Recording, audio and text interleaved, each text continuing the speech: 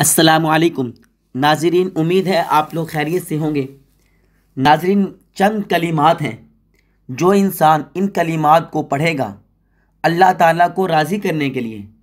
اللہ تعالیٰ فرشتے مقرر کر دیں گے جو تا قیامت اس بندے کے لیے بخشش مانگتے رہیں گے۔ ناظرین، میں آپ کے لیے دنیا اور آخرت کی بھلائی کے لیے وہ کلمات، وہ دعائیں، وہ وظائف لے کر آتا ہوں تاکہ انسان کی دنیا بھی اچھی ہو، اس کی آخرت بھی اچھی ہو۔ یہ 2-3 منٹ کی ویڈیو ہوتی ہے، آپ اس کو ضرور دیکھا کریں اور اس پر عمل کرنے کی کوشش کیا کریں۔ حضور نبی کریم صلی اللہ علیہ وسلم نے فرمایا کہ جو آدمی اللہ سبحانہ و تعالیٰ کو راضی کرنے اور اللہ تعالیٰ کا قرب حاصل کرنے کے لیے یہ دعا پڑھے گا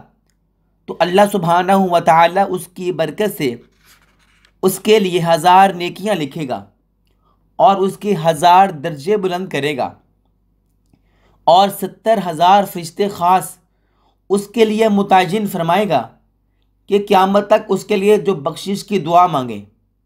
وہ فرشتے قیامت تک 70,000 فرشتے اس کے لیے بخشش کی دعا مانگتے رہیں گے۔ وہ دعا یہ ہے: الحمد للہ الذی تواضع کل شیء لعظمتہ، والحمد للہ الذی ذل کل شیء لعزتہ،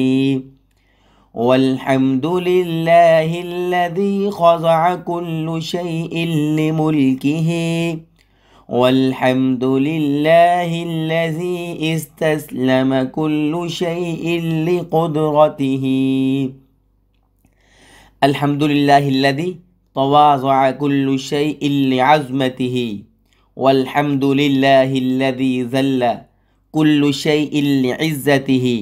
والحمد للہ الذی خضع کل شیء لملکہ، والحمد للہ الذی استسلم کل شیء لقدرتہ۔ اس کا ترجمہ یہ ہے: تمام تعریفیں اس اللہ کے لیے ہیں جس کی عظمت کے آگے ہر چیز عاجزی کرنے والی ہے، اور تمام تعریفیں اس اللہ کے لیے ہیں جس کی عزت کے سامنے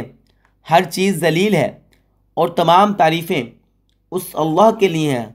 جس کی بادشاہی کے سامنے ہر چیز جھکی ہوئی ہے، اور تمام تعریفیں اس اللہ کے لیے ہیں جس کی قدرت کے سامنے ہر چیز سر تسلیم خم کیے ہوئے ہے، ہر چیز اپنا سر جھکائے ہوئے ہے۔ ناظرین، یہ وہ کلمات ہیں، مختصر سے کلمات ہیں لیکن ثواب بہت بڑا ہے۔